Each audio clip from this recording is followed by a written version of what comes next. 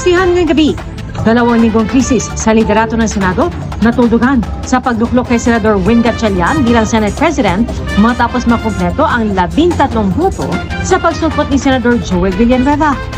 Dating Senate President Alan Peter Cayetano, balik naman bilang Senate Minority Leader.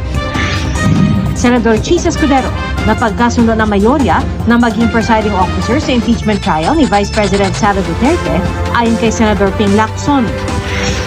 Babae, patay matapos magulungan ng truck sa Quezon City. Immigration Lookout Bulletin Order inilabas ng DOJ laban kina dating Ateneo Blue Eagles head coach Tab Baldwin, dating team manager Epo Quimpo, at 3 iba pa. Yumi ng Born to Shine, may guesting na rin sa Real World. At inuman ng magkakaibigan na uwi sa coloring session.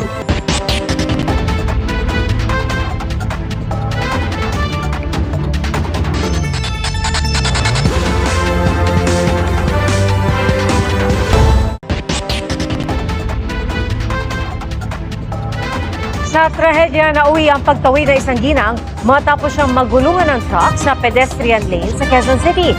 Abot-abot po ang paghingi ng tawad ng driver na hindi raw agad napansin ang biktima.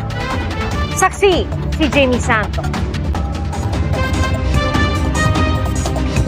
Mabagal ang takbo ng dump truck na ito